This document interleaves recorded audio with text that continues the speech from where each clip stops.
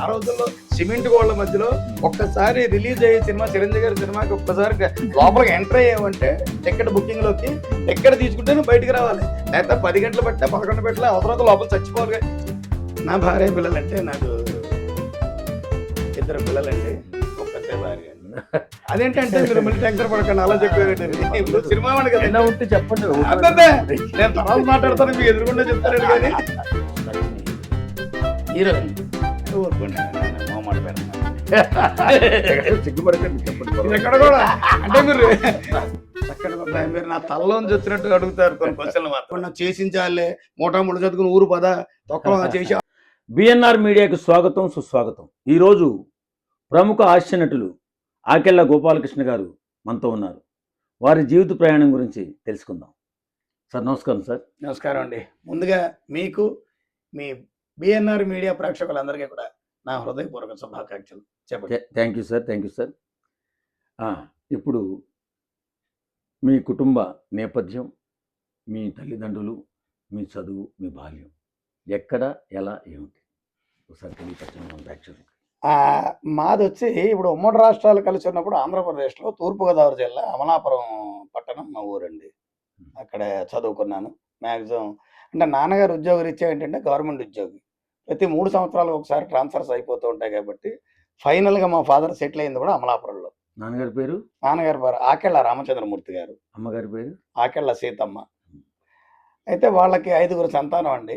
5గురు సంతానంలో 5వ సంతానంగా నేను పుట్టాను. భగవంతుడి దయ నా పై 4 అందరూ బ్రహ్మాండంగా ఉన్నారు.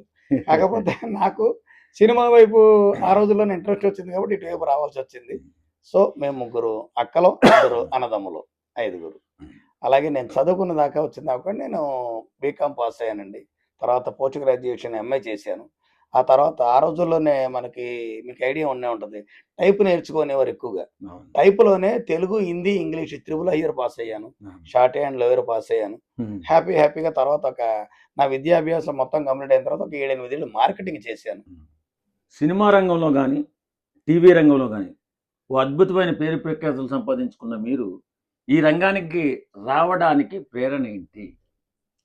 సార్ యాక్చువల్గా అయితే సినిమా రంగం, కళారంగం, నాటక రంగం ఏది ఏమైనా కూడా ఇటువైపు నటుడుగా నేను ఒక జన్మెత్తాలి, నటుడుగా నేను అవతారం ఎత్తాలి అనుకున్నది ఏంటంటే దీనికి మొదటి బీజం నా 7th క్లాస్లో పడిందండి. ఎందుకంటే మాకు కాలేజీలో లేకపోతే హై స్కూల్లో లేకపోతే ప్రైమరీ స్కూల్లో చిన్నప్పటి నుంచి కూడా నేను ఒక 1000 మందిలో ఒకళ్ళ కాదు, 100 మందిలో ఒకళ్ళ కాదు, 10 మందిలో ఒకళ్ళ బతకాలని ఒక పర్సనల్ ఐడెంటిటీ కావాలి అని కోరుకునే వ్యక్తిని నేను. దాని మూలాన్ని ఇప్పుడు జనరల్గా మీకు స్కూల్ డేస్లో కూడా యానివర్సరీ వస్తుంటుంది. యానివర్సరీకి డాన్స్ పెర్ఫార్మెన్స్ ఎవరిస్తారు, ఏకపాత్ర అభినయాలు ఎవరిస్తారు, నాటకాల్లో ఎవరు చేస్తారు అని వాళ్ళు పేర్లు లిస్ట్ రాసుకోవడం, ప్రిపేర్ అవ్వడం, పెర్ఫార్మెన్స్ ఇవ్వడం ఉండేది. అలాగే 7th క్లాస్ నుంచి కూడా ప్రతి సంవత్సరం ఆ కాలేజీలో జరిగే యానివర్సరీకి కల్చరల్ యాక్టివిటీస్లో నేను బాగా పాల్గొనేవాడిని.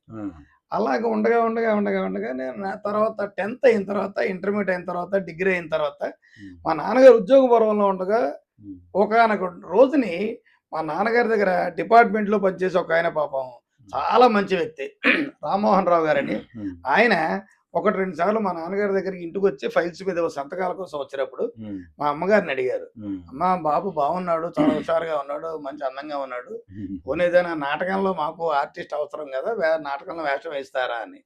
మా నాన్నగారికి తెలిసి ఒప్పుకోలేదు. 2వ సారి మళ్ళీ ప్రయత్నించారు ఆయన. మా అమ్మగారిని అడిగితే సరే మీ ఇష్టం అండి అన్నారు. అలా మొట్టమొదటి పాప కొండూరు రామ్మోహన్ రావు గారని ఆయన దయ వల్ల స్టేజీ మీద వేషం వేయడానికి ఫస్ట్ టైం నేను 94లో ఫస్ట్ టైం నటుడుగా నాటికల్లో ఒక వేషం వేశాను. పడింది. అప్పటి నుంచి ఇంకో విచిత్రం ఏంటంటే మీకు ఇంకా చెప్పాలంటే ఆ రోజుల్లోనే అంటే నాటకం అన్నా కళన్నా నాకు ఎంత పిచ్చి అన్నది చెప్పుకుంటే ఒక చిన్న ఎగ్జాంపుల్ చెప్పాలి. మనం నాటకం చేస్తుంటేనో రిహార్సల్స్ నిమిత్తం అంటూ మనం రావడం వేరు. కానీ వేరే సమాజం వాళ్ళు ఎవరు నాటిక చేస్తుంటే నాటికలో కూడా రిహార్సల్స్ చేస్తుంటే నేను అమలాపురం నుంచి తణుకు వచ్చేవాడిని. 50 కిలోమీటర్లు 60 కిలోమీటర్లు up and down only rehearsals చూడటానికి వచ్చేవాడిని. మన మీకు తెలుసు కదా సినిమా రంగంలో నామాలమూర్తి గారు ఒక ఆర్టిస్ట్ ఉన్నారు. ఆ నామాలమూర్తి గారితో ఆ రోజుల్లోనే నేను నాటికలు చేశానండి 94, 95, 96లో. సో అప్పుడు మొదలైన ఆ నాటికలు ఏదో అలా అలా అలా తర్వాత చిన్నగా పరిషత్ నాటకాలు ఆడడం, పరిషత్ నాటకాల్లో best prize, best character artist, best comedian గా రావడం. ఇంకా తర్వాత ఉండగా 97లో మొట్టమొదటిసారి ఒక కొత్త బ్యానర్ వాళ్ళు మేము తీయబోయే నూతన సీరియల్‌కి నూతన నటీనటులకు ఆహ్వానం అని ఒక చిన్న పేపర్ యాడ్ ఇచ్చారు. సరే మనకు ఆ రోజుల్లోనే టైప్‌లో చెప్పాను కదా! త్రిబుల్ ఐఆర్ పాస్ అయ్యానని. ఫస్ట్ టైమ్ తెలుగులో టైప్ చేసి అప్లికేషన్ వాళ్ళకి పంపించాను. వాళ్ళు పంపించిన దాకా కూడా నేను నా ఎక్స్‌పీరియన్స్ అంతా అప్పుడు ఎక్స్‌పీరియన్స్ అంటే ఓన్లీ స్టేజ్ ఎక్స్‌పీరియన్స్ ఉందని చెప్పేవాడిని. దాంతో ఎప్పుడైతే ఆ బ్యానర్ వాళ్ళకి పేపర్ ద్వారా నేను ఆ అప్లికేషన్ ఫిలప్ చేసి వాళ్ళకి నేను పంపించానో వాళ్ళు నన్ను సెలెక్ట్ చేశారు. అప్పుడు విజయవాడలో నాలాంటి వాళ్ళు 200 మంది వచ్చారు ఆడిషన్‌కి. అందులో భగవంతుడి వాళ్ళు 6గురిని సెలెక్ట్ చేశారు. నేను ఐదో వాడిని అందులో. సో, అప్పుడు యాక్చువల్‌గా అంటే ఇలా చెప్పొచ్చో చెప్పుకోకూడదు గానీ, ఫస్ట్ నన్ను ఇంటర్వ్యూకి పిలిచిన వాళ్ళు చిన్న ఫేక్ కంపెనీ. పర్ హెడ్ 2000 చొప్పున కలెక్ట్ చేద్దామని ఆ రోజుల్లోనే అనుకున్నారు వాళ్ళు. Fake company. కానీ ఫస్ట్ డే అయితే ఫేక్ అయింది గానీ, ఆ నెక్స్ట్ డే రియల్‌గా ముందు రోజు జరిగే షూటింగ్ ఎక్కడైతే జరిగిందో ఆ షూటింగ్ ప్లేస్‌కి నేను ఎందుకైనా ముందు ఒకసారి వెళదాం చూద్దాం అనుకుని వెళ్ళా. అప్పుడు రియల్‌గా హైదరాబాద్ నుంచి వచ్చిన ఆర్టిస్టులతో షూటింగ్ జరుగుతోంది. అప్పుడు 'ఇంద్రధనుస్సు' సినిమాలో కృష్ణరాజు గారు 'కృష్ణ' సినిమాలాగా అక్కడ ఒక ఆర్టిస్ట్ కెమెరా ముందు డైలాగ్ చెప్తుంటే చెప్పలేకపోతున్నాడు. 2 టేకులు, 3 టేకులు, 5 టేకులు, 10 టేకులు తీసుకుంటున్నాడు. డైరెక్టర్ గారికి ఫ్రస్ట్రేషన్ వచ్చేస్తుంది. నాకేమో నవ్వులాటగా ఉంది. ఎందుకంటే ఇప్పుడు స్టేజ్ ఆర్టిస్ట్ అప్పటికే 4 ఏళ్ళు నాకు స్టేజ్ అనుభవం ఉంది కాబట్టి ఒక డైలాగ్ ఉందంటే ఒక్కసారి చూసినా ఒక్కసారి విన్నా పట్టేస్తాను. అలాంటిది అతను అన్ని టేకులు ఎందుకు తీసుకుంటున్నాడు నాకు నవ్వొస్తుంది. కట్ చేస్తే నేను నవ్వుతుంటే అక్కడ ఉన్న డైరెక్షన్ డిపార్ట్మెంట్ వచ్చి ఇలా దగ్గరికి వచ్చి బుద్ధుందా లేదా నవ్వుతా వింటే కెమెరా ముందు చేస్తే తెలుస్తుంది మీకు నవ్వడం కాదు. మొత్తం ఫైనల్ గా కెమెరా ముందు డైలాగ్ చెప్పడం అంటే చిన్న విషయం కాదా అని నన్ను కొంచెం రెచ్చగొట్టాడు, వేళాకోళం ఆడాడు. నేను చెప్పాను అది పెద్ద విషయం ఉందండి నేను చెప్తానండి అని. ఆహా అలాగా అని చెప్పి ఇదిగో నా డైరెక్టర్ గారు పర్మిషన్ తీసుకుని ఒక డైలాగ్ ఇచ్చాడు నాకు. డైలాగ్ టైం తీసుకుని డైలాగ్ చదువుకుని చెప్పాడు. అక్కర్లేదు నేను ఇందాక అంటే ఆ ఆర్టిస్ట్ చెప్తుంటే నేను విన్నానండి చెప్పేస్తానండి అన్నాను. నువ్వు ఎక్కడ దొరికేవారు అనుకున్నారు. డైలాగ్ చెప్పించారు. ఆయన దృష్టిలో కొంచెం పడ్డాను. రెండోసారి మళ్ళీ ఇంకో డైలాగ్ వాళ్ళ డైరెక్టర్ గారి దగ్గర చెప్పారు. డైరెక్టర్ గారు అదిగో నా చివరి ఒక ఆర్టిస్ట్ ఉన్నాడు కదా వాడు ఎవడో ఉన్నాడు వాడు డైలాగ్ బాగా చెప్తున్నాడు బాగా చేస్తున్నాడు అండి. ఉన్నవా బాబు హైదరాబాద్ తీసుకొచ్చిన ప్రొఫెషనల్ ఆర్టిస్టే కెమెరా ముందు ఎన్ని టేకులు తీసుకుంటే నువ్వు అన్నేమన్నా రిఫర్ చేస్తే మళ్ళీ ఆడిన దోళ్ళేస్తాడు ఏంటో కదా వద్దు అన్నారు. అప్పటికప్పుడు లంచ్ బ్రేక్ అయిపోయింది. లంచ్ బ్రేక్ అయిపోయినా సీన్ అవ్వట్లేదు డైలాగ్ అవ్వట్లేదు. అప్పుడు మళ్ళీ నా దగ్గరకు వచ్చారు. నేను ఏదో మాట్లాడితే నువ్వు చెప్తావు అన్నాడు ఆయన. చెప్తానన్నా 1.5 పేజ్ డైలాగ్ ఇచ్చారు. అరగంట టైం తీసుకు చెప్పన్నారు. సరే సరేనా ఓ పావుగంటలో చెప్పేస్తానన్నా. రావు రమేష్ చెప్పినట్టు తగ్గించుకోవాలని చెప్పి నన్ను తిట్టినా కూడా బట్ ఖచ్చితంగా ఆ డైలాగ్ 10 నిమిషాలు పావుగంటలో చెప్పేశాను. లంచ్ బ్రేక్ తర్వాత ఆ ఆర్టిస్ట్ ప్లేస్ లో నేను వెళ్ళా. అప్పుడు ఇతను ఏదో బాగా చేస్తారని చెప్పి ఆ ఆర్టిస్ట్ తప్పించి అక్కడ బ్రేక్ తీసుకోమని ఆ కాస్ట్యూమ్స్ నాకేసి ఆ డైలాగ్ నా చేతి చెప్పించి నేను బాగా చెప్పానని చెప్పి అప్పుడు ఆ వేషం నన్ను ఫిక్స్ చేస్తే డే అండ్ నైట్ 14 రోజుల పాటు ఆ వేషం నేను అక్కడ చేశాను. విజయవాడ దగ్గర అడవిని ఎక్కలో అని అప్పుడు పల్లెటూరు ఇప్పుడు టౌన్ అయిపోయింది. అలాగా ఆ టీంతో నాకు పరిచయాలు ఏర్పడ్డాయి. ఇప్పుడు ఇదంతా ఇప్పుడు 96, 97లో. కాకపోతే అప్పటి నుంచి నేను చేసిన చిన్న మార్కెటింగ్లో అప్పటి నుంచి మార్కెటింగ్లో ఉన్నాను కాబట్టి ప్రతి సంవత్సరం కూడా వాళ్ళ భర్త ఆ డిపార్ట్మెంట్లో పనిచేసిన డైరెక్టర్ దగ్గర నుంచి అసిస్టెంట్ డైరెక్టర్ వరకు కూడా అందరి నెంబర్లు ఫోన్ నెంబర్ ల్యాండ్ నెంబర్లు తీసుకుని వాళ్ళ మ్యారేజ్ డేకి కానీ లేకపోతే బర్త్డేకి కానీ వాళ్ళకి బై ఫోన్ ల్యాండ్ ఫోన్కి విషెస్ చెప్పేవాడిని. ర్యాపో పెంచుకోవడం కోసం టచ్ లో ఉండేవాడిని. అలా లక్కీగా అందులో అప్పుడు అసోసియేట్ డైరెక్టర్ గా కంపెనీలో పనిచేసిన ఒక అతనికి 2003 సంవత్సరంలో ఈటీవీలో ఒక ప్రోగ్రామ్ లో అతనికి ప్రోగ్రామ్ చేయడానికి డైరెక్టర్ గా అవకాశం వచ్చింది. అప్పుడు శ్రీ కనకమహాలక్ష్మి సినిమా క్లబ్ అనే ఒక మూవీ ప్రమోషనల్ ప్రోగ్రామ్. ఆ మూవీ ప్రమోషనల్ ప్రోగ్రామ్ ఒక డైరెక్టర్ గా అతనికి ఎప్పుడైతే అవకాశం వచ్చిందో ఆబ్వియస్లీ దాంట్లో కూడా ఇలా గోదావరి జిల్లా స్లాంగ్ లో ఒక కావాలి ఆర్టిస్ట్. దాంతో ఇదిగో అని ఒక 11 మంది 12 మందిని ఇంటర్వ్యూ చేశారు. అదే దాని ఆడిషన్ చేశారు. ఎవరు ఎక్కడ సెలెక్ట్ అవ్వట్లేదు. లాస్ట్ అప్పుడు క్రియేటివిటీ గా ఉండేవారు. మీకు తెలిసే ఈటీవీ ప్రభాకర్ గారు అప్పుడు క్రియేటివిటీ గా ఉండేవారు ఈటీవీలో. అప్పుడు లాస్ట్ ఆప్షన్ గా లక్కీగా ప్రభాకర్ గారు మా డైరెక్టర్ సాహిత్ గారు ఆయన నిజంగా ఆయనకి ఆయన కుటుంబానికి నేను ఇప్పుడు ఒక వృత్తి కళాకారుడుగా నేను నటుడుగా బ్రతుకున్నంత కాలం ఆయనకి ఆయన కుటుంబానికి నేను రుణపడి ఉంటాను. ఎందుకంటే ఇన్నాళ్ళ పాటు 24 ఏళ్ల పాటు ప్రస్థానం ఇంత దాకా హ్యాపీగా నేను ఫ్యామిలీతో లీడ్ చేసుకుంటూ వచ్చానంటే ఫస్ట్ బేజ్ ఆయనే కదా. అందు గురించి అని ఇదిగోగానే అప్పుడు నాకు ఆయన అవకాశం ఇచ్చారు ఆడిషన్ లో. ఇంతగా ప్రభాకర్ గారు ఏమైనా వల్ల కావట్లేదు సాహిత్ ఆయన పేరు. సాహిత్ నువ్వే ఎవరో ఒకరు నేను చూసుకో నువ్వు ఫైనల్ చేయంటే ఆంధ్రాలో గోదావరి జిల్లాలో కొంత కుర్రోడు ఉన్నాడు పొట్టుగా ఉంటాడు చాలా బాగా చేస్తాడు గోదావరి స్లాంగ్ బాగా మాట్లాడుతున్నాను. నన్ను రాత్రి పిలిపించి ఆడిషన్ ఇప్పించి ఆడిషన్ లో నేను బ్రహ్మాండంగా చేసి బాగా అని చెప్పి వాళ్ళు మెచ్చుకొని నన్ను సెలెక్ట్ చేసి నెక్స్ట్ డే షూటింగ్ పెడితే అదే శ్రీ కనకమహాలక్ష్మి సినిమా క్లబ్ అనే ఒక మూవీ ప్రమోషనల్ ప్రోగ్రామ్. అప్పటిదాకా మూవీ ప్రమోషన్ అన్నది ఎలా ఉండేదంటే అండి, ఒక ఫ్లవర్ టీపాయ్ పెట్టి దాని మీద ఫ్లవర్ వేజ్ బొకే పెట్టి అటు పక్క అడిగే యాంకర్, యువతల పక్క చెప్పే సమాధానం చెప్పే ఆర్టిస్ట్ కానీ డైరెక్టర్ కానీ ఉండేది. కానీ మా నుంచి ఫస్ట్ టైం గర్వంగా చెప్పగల మీడియాలో ఒక టీ స్టాల్ సెటప్ వేసి దానికి ఒక చిన్న కాన్సెప్ట్ క్రియేట్ చేసి ఎక్కడో మారుమూల జిల్లాల్లో నుంచి హైదరాబాద్ వచ్చి సినిమా ఇండస్ట్రీలో హీరోయిన్ అవుదాం అనుకున్న ఒక అమ్మాయి కాదా అని దాని ఒక చిన్న స్టోరీ వెళ్ళి ఆవిడ వేషాల కోసం హీరోయిన్ కోసం విసిగి వేసారిపోయి తిరిగితే ఎక్కడ వేషాలు రాకపోవడంతో ఫిల్మ్ నగర్ చౌరస్తాలో ఒక టీ క్యాంటీన్ పెట్టుకుని సెటిల్ అయింది. అక్కడికి సినిమా వాళ్ళందరూ కూడా మామూలుగా మన గ్యాప్ లో టీలు తాగడానికి వస్తుంటారు కదా స్టోరీ డిస్కషన్ టైంలో, వీళ్ళందరూ అక్కడికి వస్తారు కదా, వాళ్ళతో పరిచయాలు పెంచుకుని ఎప్పటికైనా హీరోయిన్ అవుదాం అనుకుని ఒక భ్రమతో ఉండిపోద్ది. సరే అది అలా ఉంటే ఈ ఆల్రెడీ నేను ఇప్పుడు ఈ రాంబాబు నా క్యారెక్టర్ అందులో ఈ రాంబాబు గారి క్యారెక్టరైజేషన్ ఎలా ఉంటుందంటే ఇంట్రడక్షన్, ఈ ఎలాగో ఒక ఆవిడ కనకమాలచ్చి గారు కాకినాడ నుంచి వచ్చి టీచాలు పెట్టింది కదా సినిమా వేసాల కోసం, ఆవిడ ఎలాగో చాలా సక్సెస్ అవ్వలేకపోయింది. అక్కడికి సినిమా వాళ్ళు వస్తారు కూడా వాళ్ళతో పులిహార కలిపి నేనైనా ఆర్టిస్ట్ అయిపోదాం అనే ఉద్దేశంతో ఒక టీ కొట్టు రాంబాబుగా టీ మాస్టర్గా అదే కాన్సెప్ట్ లో నేను జాయిన్ అయ్యాను. అలాగా 110 ఎపిసోడ్లు చేసాం 2 సంవత్సరాలు. ఇంకా అలాగ ఇవాళ వరకు మళ్ళీ నటన కోసం వర్క్ కోసం వెనక్కి తిరిగే పని లేకుండా హ్యాపీగా లీడ్ చేస్తున్నాను నటుడుగా. అయితే మీ అంతరంగాన్ని పరిశీలించినట్లయితే చాలా కష్టాలు పడ్డారు, అయితే చాలా యాతన పడ్డారు, చాలా వర్క్ చేశారు, ఎన్నో తెలివితేటలు వాడారు సినిమా రంగంలో రావడానికి. అంటే ఎంత కష్టపడాలంటారా సినిమా రంగంలో రావడానికి? మంచి క్వశ్చన్. నేనేమంటానంటే బేసికల్ గా నేను ఇండస్ట్రీకి రాకముందే మార్కెటింగ్ చేసిన వాడిని కాబట్టి ఆ మార్కెటింగ్ తెలివితేటలు కొంచెం ఇక్కడ వాడాను. రెండోది, ఇప్పుడు ఎవరినో ఏదో ఉద్ధరించడానికి మనం అన్నట్లే మనల్ని మనం సెల్ఫ్ బూస్టప్, మనల్ని మనం మార్కెట్ చేసుకుంటున్నాం, మనల్ని మనం ఎలివేట్ చేసుకుంటున్నాం. మన కోసం మనమైనా కష్టపడ్డాను, దేశానికి ఉద్ధరింపు కాదు. రెండోది, ఈ డైలాగు మనల్ని మనం ప్రమోట్ చేయకపోతే ఎవడు మనల్ని ప్రమోట్ చేయడు. ఎగ్జాక్ట్లీ, ఇది మాత్రం చాలా కరెక్ట్ గా చెప్పారు. ఎందుకంటే మనల్ని మనమే ప్రమోట్ చేసుకోవాలి, మన గొప్ప మనమే చెప్పుకోవాలి, మనం వెలుగులోకి రావాలి. ఈ కాన్సెప్ట్ తో ఉంటేనే ఆర్టిస్ట్ గా మనం తొందరగా ఎలివేట్ అవడానికి అవకాశం. ఎగ్జాక్ట్లీ, దాని కారణం కూడా చెప్పనండి. ఎందుకు ప్రమోట్ చేసుకోవాలంటే కూడా రీజన్ చెప్తా. బేసిక్ గా రావడం మీరు ప్రపంచానికి మీరేమిటో తెలియనప్పుడు మీకు అవకాశం ఎందుకు ఇవ్వాలి? మీకు ఎందుకు సినిమాలో అవకాశం ఇవ్వాలి? లక్షల కోట్లు ఖర్చు పెట్టి సినిమాలు తీస్తారు. మీకు వేషం ఇచ్చానుకోండి, నాకు రీల్ పోతే, రీల్ ఇన్ ద సెన్స్ ఇది వరకు ఫిలిం మీద నడిచి సందర్భం వచ్చేది కూడా నేను చెప్తున్నా. ఫిలిం మీద 51 సినిమాలు చేశాను నేను. ఇప్పుడంటే చిప్ వచ్చింది. ఈ డైరెక్టర్ గారికి, ఐ మీన్ హీరో గారికి ఇబ్బంది అయినా, క్యారెక్టర్ ఆర్టిస్ట్ ఇబ్బంది అయినా, డైలాగ్ తప్పదు కట్ మళ్ళీ చేసుకుందాం అని చెప్పి వెళ్ళిపోతున్నారు. చిప్ కాబట్టి చాలా ఎలాకోలం అయిపోయింది. మీరు ఏమనుకున్నా, ఒకప్పుడు ఫిలిం మీద అంటే దడ్ అండి. కేవలం పిన్ డ్రాప్స్, రోలింగ్ యాక్షన్ గా ఒక చిన్న సౌండ్ తో హ్యారీ కెమెరాతో పనిచేసేవాళ్ళం మేము. 51 సినిమాలు ఫిలిం మీద పనిచేసిన వాడు. అప్పుడు రిహార్సల్స్ ఎక్కువ ఉండి సింగిల్ టేక్ లో ఓకే.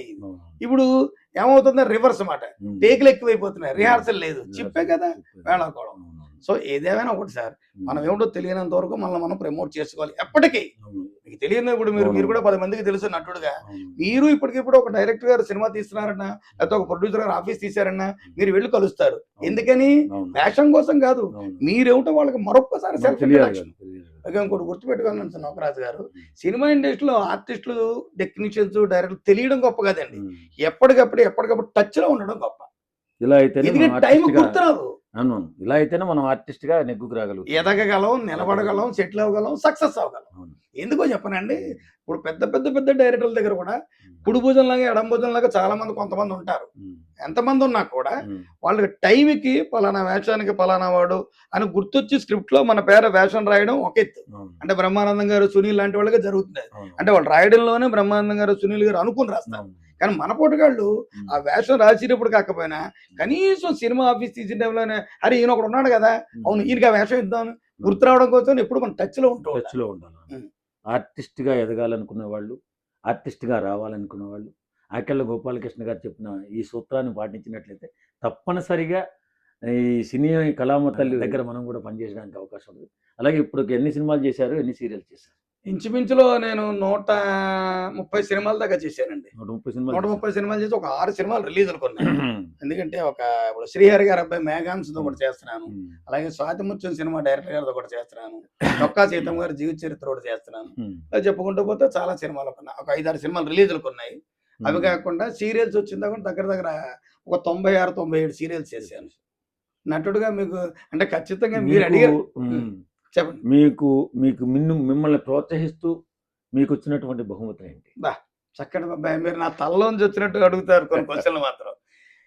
ఏం లేదండి. ఎంత పెద్ద ఇప్పుడు పాతగా ఒక సామెత ఉంది.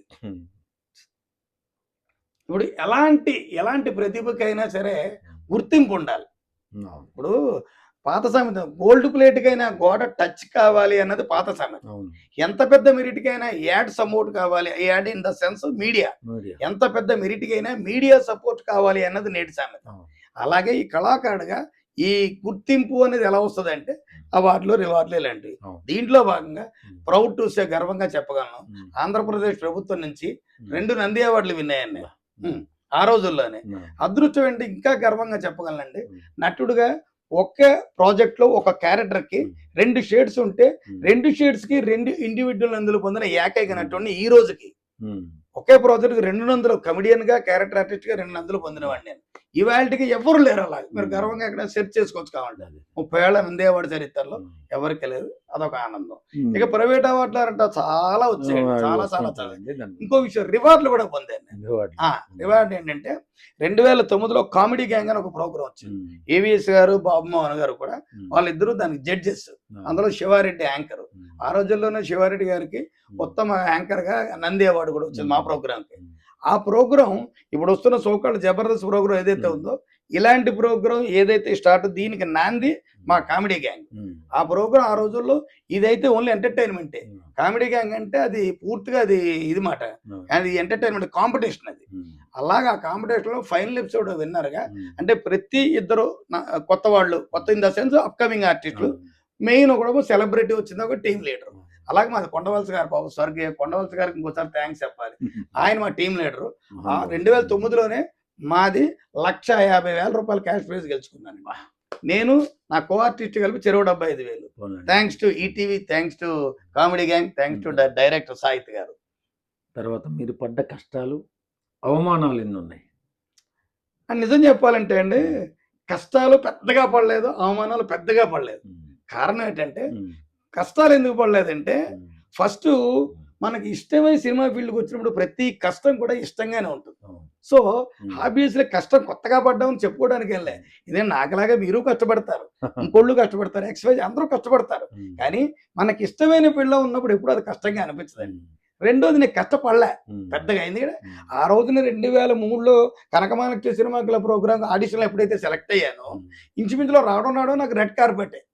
అది ఎప్పుడైతే సక్సెస్ అయిందో అక్కడి నుంచి ఫస్ట్ సీరియల్ వచ్చింది. శిశిర వసంతో శ్రీకాంత్ ప్రొడక్షన్స్ చేశా.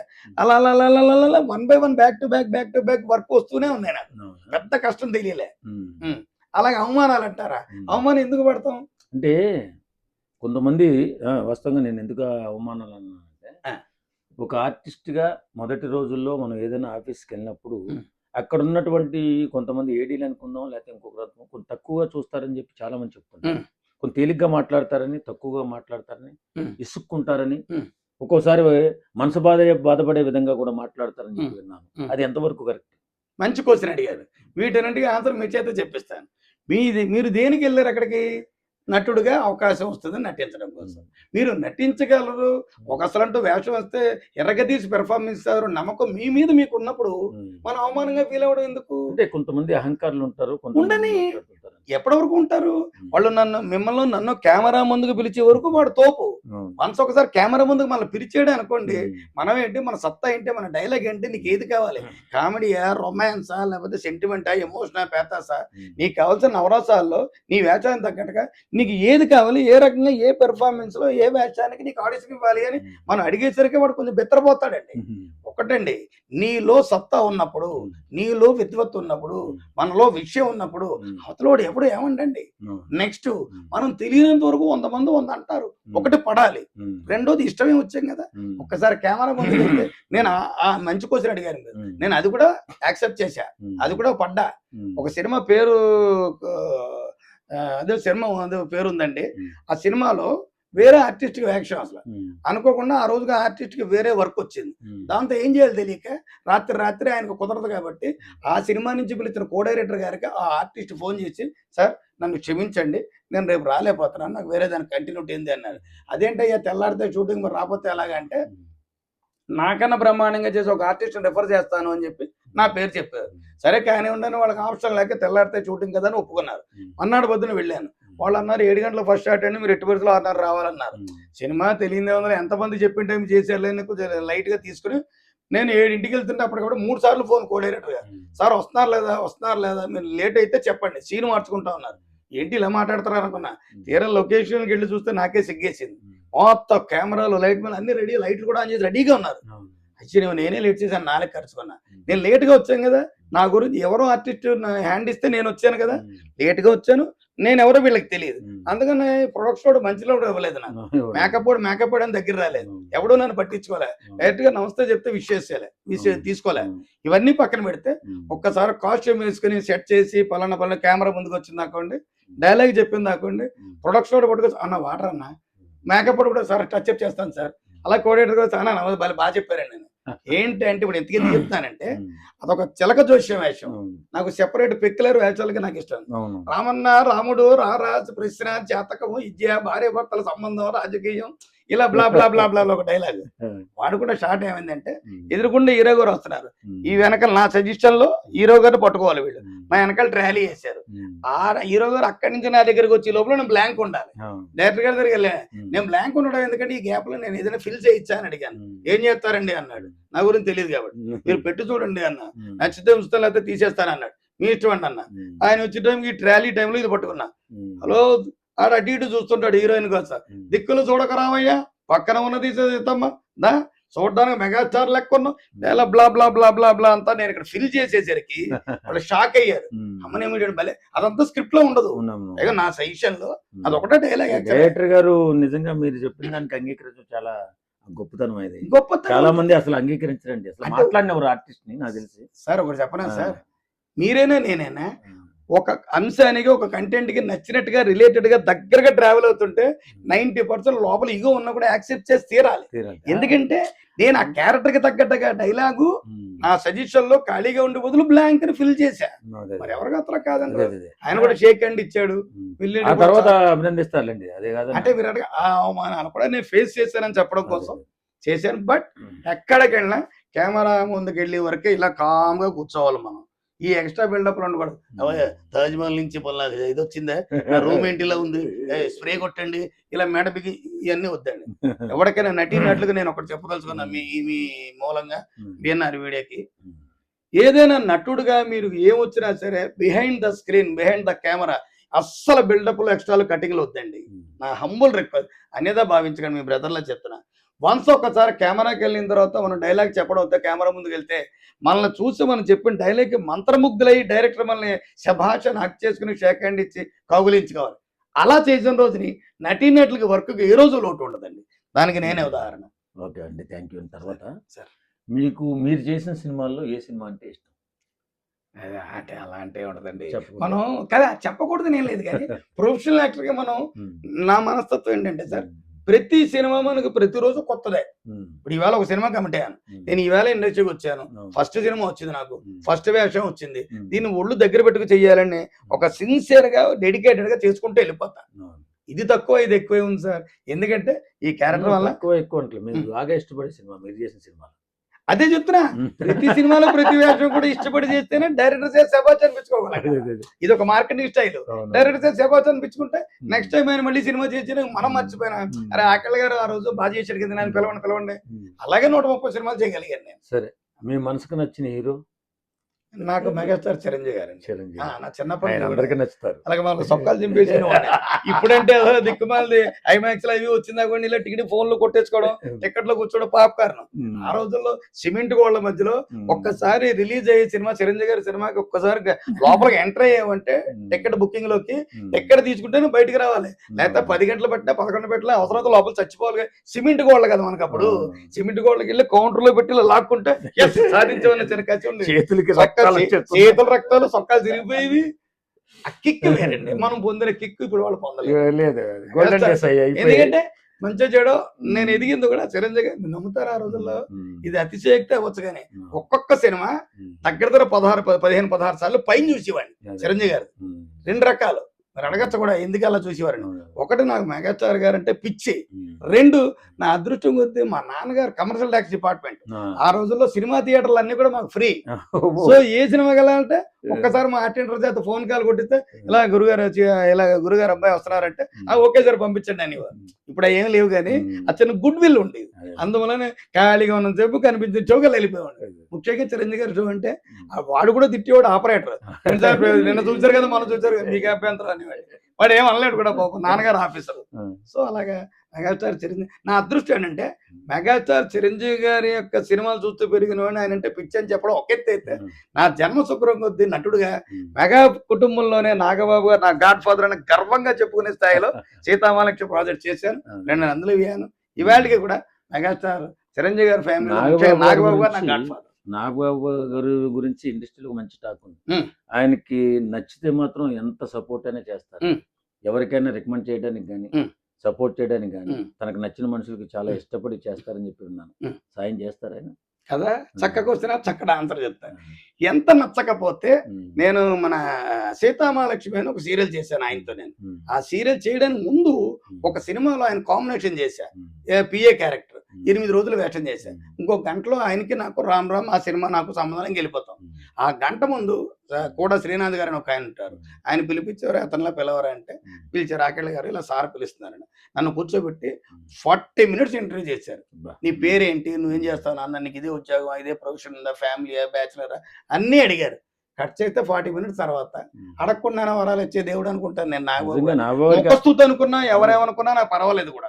వినండి, ఇది అప్పుడు ఇలాగే నా పిఏ క్యారెక్టర్ నాకు రేపు చేయబోయే ఒక 4-5 నెలల్లో స్టార్ట్ చేస్తాను నాన్న, సీతామహాలక్ష్మి అనే టైటిల్తో. దానికి కథ నాదే, ప్రొడ్యూసర్ నేనే, హీరో నేనే, నాకు చేస్తావా అని అడిగారు. గురుగారు అదే సార్ మెగా ఫ్యామిలీ నుంచి నాకు చేస్తానండి అన్నాను. అలా 4 months తర్వాత పిలిచారు. సీతామహాలక్ష్మి సీరియల్ 3 సంవత్సరాల వరకు నాకు ఇచ్చారు. ఆ రోజుల్లో కారు కొనుక్కోవడానికి ఆయన కారకురయ్యారు. ఇంకో చిన్న విషయం చెప్పాలి, అలా చేయగా ఇదిగో జబర్దస్త్లో చేస్తావా అని నన్ను అడిగారు. గురుగారు చేస్తానన్నాడు. అందులో మళ్ళీ జబర్దస్త్లో ఆయనే పెట్టారు నన్ను. 2.5 సంవత్సరాలు 92 ఎపిసోడ్లు చేశాను. మరి అలాగే ఆయనతో పాటు ఆ సీతామహాలక్ష్మి 5-6 సన్మానాలు, ఒక సన్మానాలు అయితే గోల్డ్ కాయిన్ అది పెట్టారు.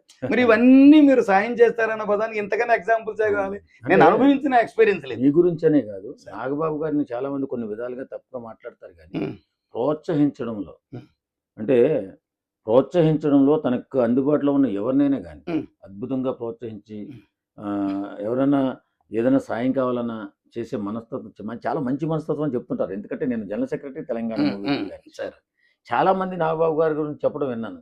బయట ప్రపంచంలో మాత్రం మా నాగబాబు గారు ఏం సాయం చేయట్లేదు అనే మాట కూడా వినిపిస్తూ ఉంటుంది. ఇప్పుడు పవన్ కళ్యాణ్ గారు, చిరంజీవి గారు వీళ్ళు సాయం చేస్తారని విన్నాను. కానీ నాగబాబు గారు ఏ రకంగా సాయం చేస్తారు?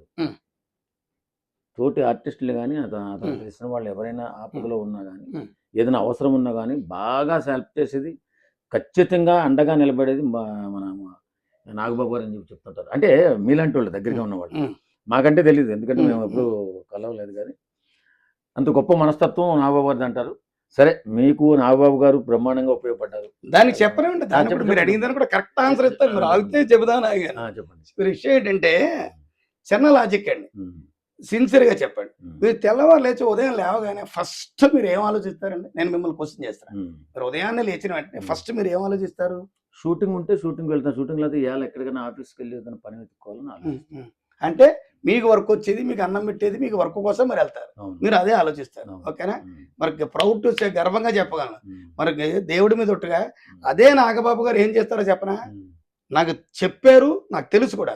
తెల్లవారు లేచి ఎప్పుడైనా నేను పని లేకపోతే అంటే వర్క్ లేని రోజున ముందు ఫస్ట్ లేవగానే హ్యాపీగా బ్రష్ చేసేసుకుని ఒక ఇంగ్లీష్ పేపర్, కాఫీ తాగుతూ ఇంగ్లీష్ పేపర్ చదువుతూ పేపర్ అయిపోగానే ఎస్ ఈ రోజు నా వల్ల ఎవరికి ఉపయోగం జరుగుతుంది, ఈ రోజు నా వల్ల నేను ఎవరికి ఉపయోగపడగలను, ఎవరికి వర్క్ చెప్పగలను, ఎవరికైనా డబ్బు సాయం చేయగలనా, ఎవరికైనా ఫోన్ కాల్తో సినిమా వేషాలు ఇప్పించగలనా అని, ఎవరికి నా వల్ల ఈ రోజు ఎవరికి ఉపయోగపడగలను అని ఆలోచిస్తాడు. ఇలా ఎంతమంది ఉంటారండి? ఇలా చాలా మంది చెప్పారు నాకు. రెండో విషయం, కరోనా టైంలో ఎంతమందికి సాయం చేశారో నాకు తెలుసండి. ప్లస్ ఆ కరోనా టైంలో సాయం పొందిన వాడిగా నేను ఒక్కనే వాళ్ళలో. మూడో విషయం, మీరు 2 అయ్యాక మూడో పాయింట్, పంచప్రసాద్ అని ఒక ఆర్టిస్ట్ ఉన్నాడు, జబర్దస్త్లో చేస్తున్నాడు. అవునవును. అతనికి కిడ్నీ ప్రాబ్లం వచ్చి చాలా చాలా చాలా ఎక్స్ట్రీమ్ అనారోగ్యం వచ్చింది. ఉమ్. అప్పటికప్పుడు నాగబాబు గారు అనే మాట ఇచ్చి స్పాట్లో 1,00,000-2,00,000 ఆయన ఫస్ట్ డొనేషన్ ఇస్తే ఉమ్. దగ్గర దగ్గర 14 లక్షలకు ఉంటుంది అదే జబర్దస్త్లో అరగంటలో. అవునవును. బికాజ్ ఆఫ్ ఆయన మొదటి అడుగు వేయబట్టే కదా. అంతే కదా. ఆయన ఆలోచన, ఆయనకి సహాయం చేయాలనే ఆలోచన నాగబాబు గారు అనే దేవుడికి రాబట్టేగా. అవును. మరి ఇన్ని రకాల మేలు పొందేమని చెప్పి చాలా మందికి తెలుసు, నేను దగ్గరుండి చూశాను, నేను కొన్ని అనుభవించాను. ఇంకెంతకన్నా ఏం కావాలంటే ఆయన సాయం చేస్తారా చేయరా అంటాను ఆన్సరు. అవును. నిజంగా నాగబాబు గారికి థ్యాంక్స్ చెప్పుకోవాలి మన మీడియా తరఫున. నేనైతే ఎప్పటికీ రుణపడి ఉంటాను గురుగారు. ఎందుకంటే నాకు ఇండస్ట్రీలో మెగా ఫ్యామిలీతో ఉన్న అనుభవం, ఆ మెగాతో ఇంకోటి కూడా సార్, మన చిన్నప్పుడు చొక్కాలు చేయించుకుని ఎముడు మొగుడు సినిమా నేను 19 సార్లు చూసా. అయితే ఈయన ఎందుకు చెప్తున్నానంటే అలా చూసిన ఆమె ఇప్పుడు నేల టికెట్లోకి వచ్చిన ఇలా మెగాస్టార్ సినిమా స్క్రీన్ మీద చూసినోడిని ఆయన దగ్గరికి వెళ్ళి ఆయనతో ఒకసారి కాఫీ తాగి ఆయనతో ఒకసారి షేక్ హ్యాండ్ ఇస్తే నోటప్పుడు మాట ఆగిపోయింది, షేయి శివరింగ్ వచ్చింది. నమ్ముతారా? బికాజ్ ఆఫ్ నాగబాబు గారు.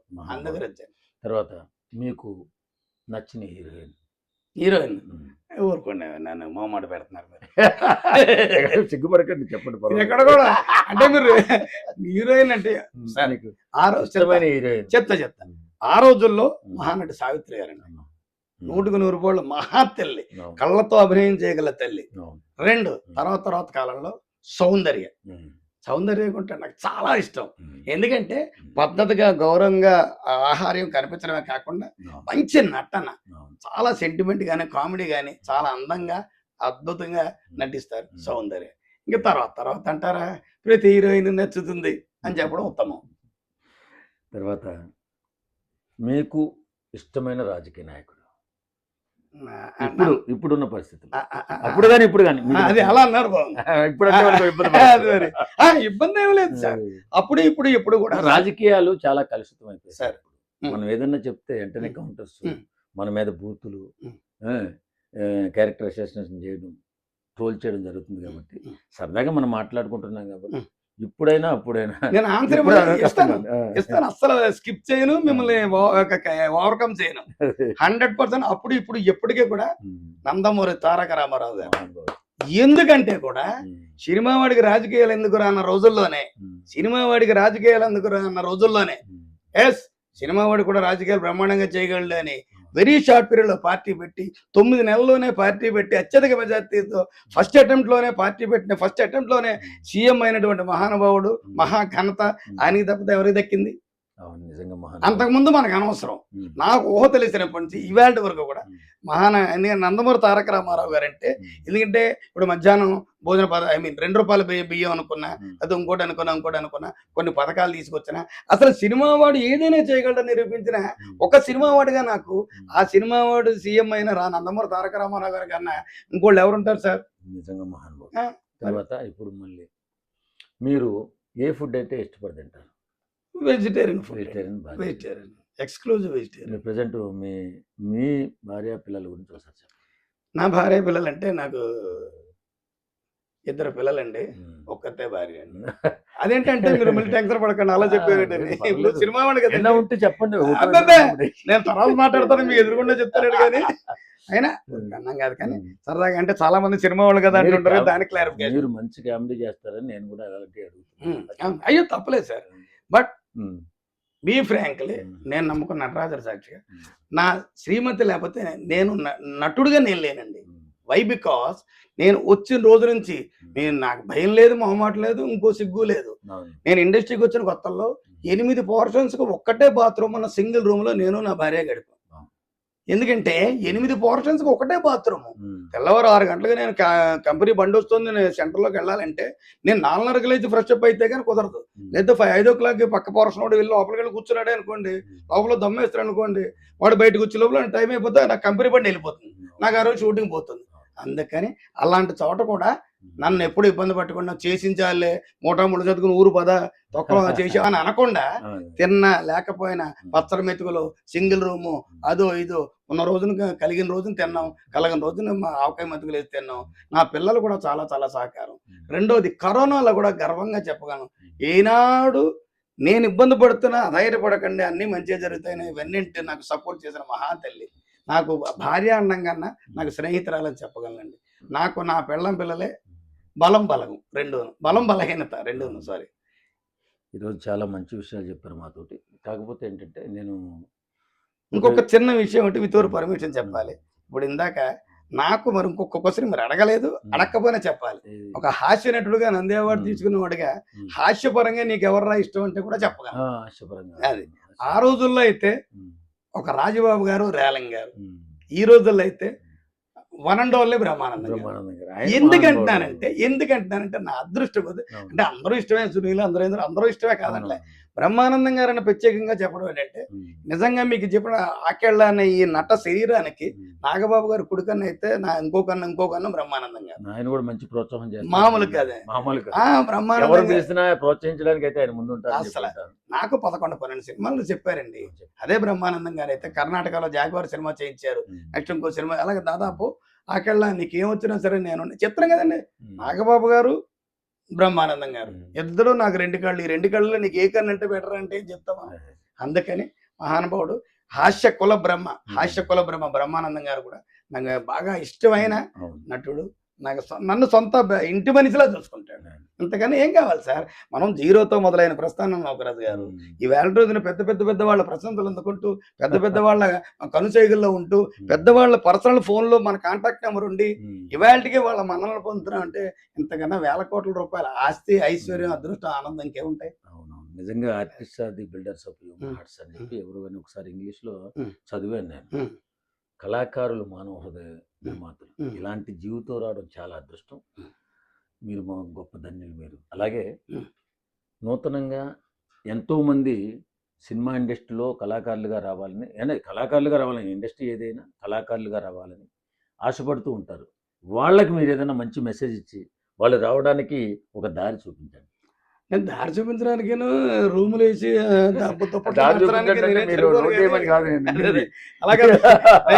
ఎలా వస్తే మీరు సక్సెస్ సాధించగలరు, ఏ రకంగా కష్టపడితే మీరు ఇండస్ట్రీలో నిలబడగలరు చెబుతాను. మాత్రమే చెప్పండి, ఎక్కువ చెప్పకండి. చెబుతాను. ఆశ్చర్యగా నా ఆశ చమత్కారం లేకపోతే ఇలాగా మీరు బయలుదేరే ముందు నాకు నా నెంబర్ చెప్పండి, గూగుల్ పేలో టికెట్ డబ్బులు వేస్తా మీరు బయలుదేరన్నారని చెప్పారు.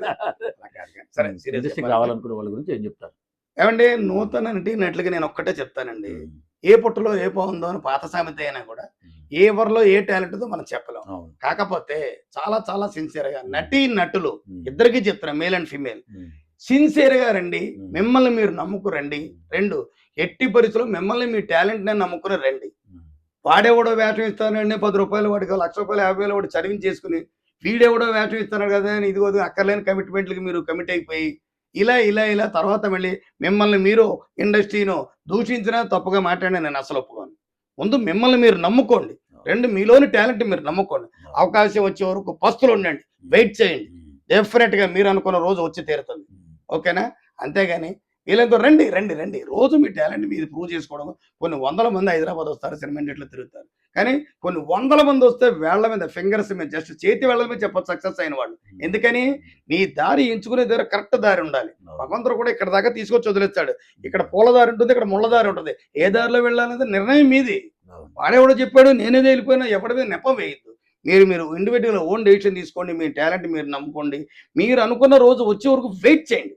అలా అమ్మా నాన్న దూషించద్దు, బంధువులను దూషించద్దు, స్నేహితులను చేసి మీ ఇండివిజువల్ డెసిషన్ మీరు తీసుకోండి. ఇవన్నీ కాదు కానీ ఫైనల్గా కూడా చెప్తున్నాను, మీరు వేలాకోవాలనుకుంటేనే చెప్పలేను. కానీ సినిమా ఇండస్ట్రీలో ముఖ్యంగా ఇవాళ ఈ ఇంటర్వ్యూ రావడానికి ఇక్కడ నేనున్నా అంటే ఒక్కళ్ళు ప్రథమ కారణం, the great one and only TMTD general secretary గారు మా నౌకరాజు గారు. అంటే నేను ఒక రకంగా ఈ ఇండస్ట్రీలోకి వచ్చిన తర్వాత నేను ఇప్పుడు ఆర్టిస్ట్కి ఏం చెప్పాలనుకుంటున్నానంటే, మీరు ఇండస్ట్రీకి రండి, ప్రయత్నాలు చేయండి, కానీ బ్రతకడం కోసం కూడా ఏదో పని చేయండి. Thank you. హ్యాపీగా తెలుసు కదండి, BNR మీడియాని ప్రోత్సహించండి, లైక్ చేయండి, షేర్ చేయండి, సబ్స్క్రైబ్ చేయడం మాత్రం మర్చిపోకుండా. Thank you sir, thank you very much. Thank you so much Naukaraju గారు.